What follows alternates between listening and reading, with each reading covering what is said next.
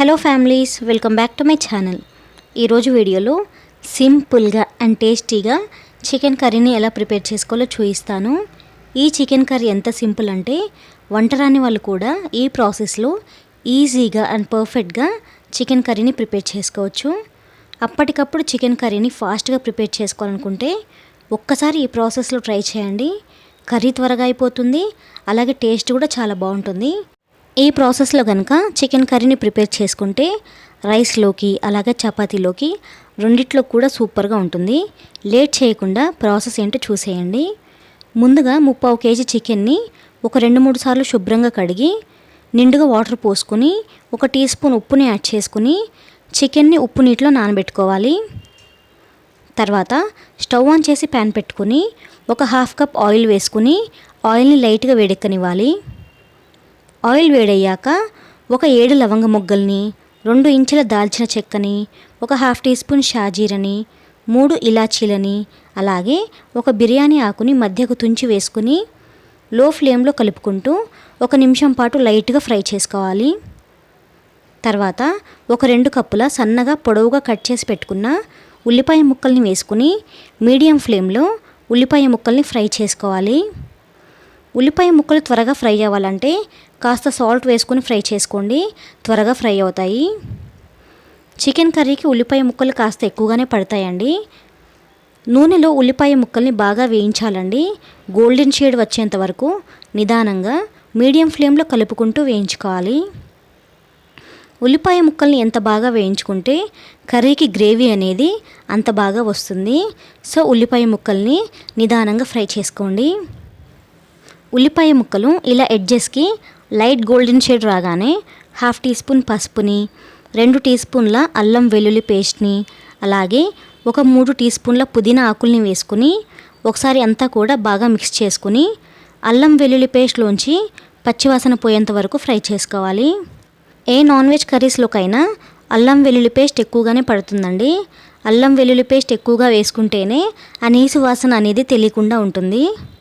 అలాగే ఫ్రెండ్స్, ఇలా తాలింపులో కనుక కొంచెం పుదీనా ఆకుల్ని వేసుకొని ఫ్రై చేసుకుంటే కర్రీకి మంచి ఫ్లేవర్ యాడ్ అవుతుందండి. సో మిస్ చేయకుండా వేసుకోండి. అల్లం వెల్లుల్లి పేస్ట్ త్వరగా అడుగు పడుతుందండి. సో అడుగు పట్టకుండా కలుపుకుంటూ అల్లం వెల్లుల్లి పేస్ట్ పచ్చివాసన పోయేంత వరకు ఫ్రై చేసుకోవాలి. అల్లం వెల్లుల్లి పేస్ట్ పచ్చివాసన పోయే టైంకి ఉల్లిపాయ ముక్కల్ని గమనించారా, చక్కగా గోల్డెన్ బ్రౌన్ కలర్లోకి వచ్చేసాయి. ఇప్పుడు ఇందులోకి ముందుగా ఉప్పు నీటిలో నానబెట్టుకున్న చికెన్ని వాటర్ లేకుండా వంపేసి వేసుకోవాలి. చికెన్ వేసుకున్న తర్వాత ఇందులోకి 1 టీ స్పూన్ సాల్ట్ని కూడా యాడ్ చేసుకుని ఒకసారి అంతా కూడా బాగా మిక్స్ చేసుకోవాలి. ఎప్పుడైనా సరే చికెన్ వేసిన వెంటనే కాస్త సాల్ట్ని వేసి కలుపుకోవాలండి. ఎందుకంటే ఇక్కడ వేసే సాల్ట్ అనేది చక్కగా చికెన్కి పట్టి ముక్క తినేటప్పుడు చప్పగా లేకుండా ఉంటుంది. ఇలా చికెన్ని తాలింపులో బాగా కలిసేలాగా కలుపుకున్న తర్వాత మూత పెట్టుకొని ఒక 5 మినిట్స్ పాటు హై ఫ్లేమ్ మీద మధ్య మధ్యలో ఒకసారి మూత తీసి చెక్ చేసుకుంటూ చికెన్ని మగ్గించుకోవాలి. చికెన్ని మనం ముందుగా ఉప్పు నీటిలో నానబెట్టుకున్నాం కాబట్టి ముక్క అనేది బిగుసుకున్నట్లుగా లేకుండా సాఫ్ట్గా కుక్ అవుతుంది. ఒక 5 మినిట్స్ పాటు చికెన్ని ఆయిల్లో మగ్గించుకున్న తర్వాత 1 కప్పు టొమాటో ప్యూరీని వేసుకుని బాగా మిక్స్ చేసుకోవాలి. మీరు టొమాటో ప్యూరీకి బదులుగా టమాటాలను సన్నగా కట్ చేసి కూడా వేసుకోవచ్చు. ఇలా బాగా కలిపేసుకున్న తర్వాత మూత పెట్టుకుని మీడియం ఫ్లేమ్లో టొమాటో ప్యూరీ చక్కగా ఆయిల్లో మగ్గి ఆయిల్ వదిలేంత వరకు ఫ్రై చేసుకోవాలి. ఈ tomato puree 2 medium size tomatoes నుండి తీసిందండి. మధ్య మధ్యలో మూత తీసి చెక్ చేసుకుంటూ ఎడ్జెస్కి ఆయిల్ రిలీజ్ అయ్యేంత వరకు నిదానంగా కుక్ చేసుకోవాలి. కాసేపటికి టొమాటో ప్యూరీ ఆయిల్లో చక్కగా మగ్గి ఇలా లైట్గా ఆయిల్ వదులుతుంది. ఇలా వదిలిన తర్వాత మాత్రమే ఇందులోకి 2 టేబుల్ స్పూన్ల కారంని, ఒక 1/2 టీ స్పూన్ ఉప్పుని, 1.5 టేబుల్ స్పూన్ల ధనియాల పొడిని, 1/2 టీ స్పూన్ మిరియాల పొడిని, 1/2 టీ స్పూన్ వేయించిన జీలకర్ర పొడిని, 1/2 టీ స్పూన్ గరం మసాలా పౌడర్ని, అలాగే 1 టీ స్పూన్ చికెన్ మసాలా పౌడర్ని కూడా వేసుకుని ఒకసారి అంతా కూడా చికెన్లో బాగా కలిసేలాగా కలుపుకోవాలి. అలాగే 2 రెమ్మల కరివేపాకును కూడా వేసుకుని మరొకసారి బాగా మిక్స్ చేసుకోవాలి. కరివేపాకు దొరికితే ఫ్రెష్గా తెచ్చి వేసుకోండి. ఫ్లేవర్ అనేది చాలా అంటే చాలా బాగుంటుంది.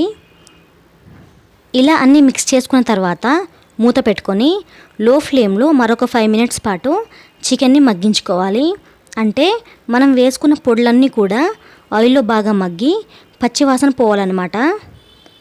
మధ్య మధ్యలో మూత తీసి చెక్ చేసుకొని అడుగు మాడకుండా కలుపుకుంటూ ఆయిల్ పైకి తేలేంత వరకు కుక్ చేసుకోవాలి. మీరు గమనించారో లేదో, మనం ఇక్కడ సాల్ట్ని 2 టైమ్స్ యాడ్ చేసుకున్నామండి. ఒకటి చికెన్ వేసినప్పుడు, మరొకసారి మసాలా పొడులు వేసినప్పుడు. ఫస్ట్ చికెన్లో వేసినప్పుడు ముక్క అనేది చప్పగా లేకుండా చికెన్కి పడుతుంది. రెండోసారి మసాలా పొడులతో వేసినప్పుడు గ్రేవీలోకి సరిపోతుంది. సో ఇలా ఏ కర్రీలోకైనా సాల్ట్ని అడ్జస్ట్ చేసుకోవాలి. చూడండి, చక్కగా మసాలా పొడులు చికెన్కి పట్టి ఆయిల్ పైకి తేలింది. ఇలా ఆయిల్ రిలీజ్ అయ్యాక మంచి కమ్మటి ఫ్లేవర్ కోసం ఒక 1/3 కప్ చిలికిన పెరుగు వేసుకుని బాగా మిక్స్ చేసుకోవాలి. పెరుగుని ఉంటే ఫ్రెష్ పెరుగు వేసుకోండి, లేదంటే స్కిప్ చేసేయండి. అంతేకాని పుల్లటి పెరుగును మాత్రం యాడ్ చేయొద్దు. పెరుగు వేసినా బాగుంటుంది, వేయకపోయినా బాగుంటుంది. వేస్తే ఏంటంటే రైస్లోకి కలుపుకొని తినేటప్పుడు జస్ట్ లైట్గా ఆ పులుపు ఫ్లేవర్తో చాలా బాగుంటుంది. ఇలా బాగా కలుపుకున్న తర్వాత మూత పెట్టుకుని మళ్ళీ ఆయిల్ పైకి తేలేంత వరకు కుక్ చేసుకోవాలి. పెరుగుని మీరు ఇంతకు ముందు ఎప్పుడు చికెన్ కర్రీలో వేయకుంటే ఒకసారి ట్రై చేయండి. టేస్ట్ అనేది చాలా బాగుంటుంది. కాసేపటికి చూడండి, మళ్ళీ చక్కగా ఆయిల్ పైకి తేలింది. ఇప్పుడు ఫైనల్గా ఇందులోకి కొంచెం కొత్తిమీర చల్లుకొని ఒకసారి బాగా కలుపుకొని స్టవ్ ఆఫ్ చేసుకోవాలి. చికెన్ త్వరగానే ఉడుకుతుంది కాబట్టి చికెన్ ఉడికిందో లేదో అన్న టెన్షన్ అవసరం లేదండి. ఇన్ కేస్ మీకు ఒకవేళ గ్రేవీ కావాలనుకుంటే హాట్ వాటర్ని యాడ్ చేసి మరి కొంచెం సేపు కుక్ చేసి తీసుకోండి. వేడివేడి కర్రీలోకి డైరెక్ట్గా కోల్డ్ వాటర్ని యాడ్ చేయకండి. ముక్క బిగుసుకున్నట్లుగా గట్టిగా ఉంటుంది. మీ గ్రేవీ కన్సిస్టెన్సీకి తగినట్లుగా హాట్ వాటర్ని యాడ్ చేసుకుని సాల్ట్ని చెక్ చేసుకుని కుక్ చేసుకోండి. అంతేనండి, simple and also tasty chicken curry ready అయింది. ఈ ప్రాసెస్లో కనుక చికెన్ కర్రీని ప్రిపేర్ చేసుకుంటే రైస్లోకి అలాగే చపాతీల్లో కూడా రెండిట్లోకి చాలా అంటే చాలా టేస్టీగా ఉంటుందండి. చూసారుగా అండి, చికెన్ కర్రీని సింపుల్గా అండ్ టేస్టీగా ఎలా ప్రిపేర్ చేసుకోవచ్చో. మీరు కూడా ఒక్కసారి ఈ ప్రాసెస్లో చికెన్ కర్రీని ట్రై చేయండి. ఇంట్లో అందరికీ తప్పకుండా నచ్చుతుంది. అలాగే ఫ్రెండ్స్, మన ఛానల్లో చికెన్ కర్రీని ప్రెషర్ కుక్కర్లో కూడా సింపుల్గా అండ్ టేస్టీగా ఎలా ప్రిపేర్ చేసుకోవాలో అప్లోడ్ చేశానండి. అవసరమైతే ఒకసారి వెళ్ళి చెక్ చేయండి. హోప్ వీడియో నచ్చింది అనుకుంటున్నాను. వీడియో నచ్చితే మర్చిపోకుండా లైక్ చేసి మన ఛానల్ని సబ్స్క్రైబ్ చేసుకోండి. మరో రెసిపీతో మళ్ళీ కలుద్దాం. Thank you for watching.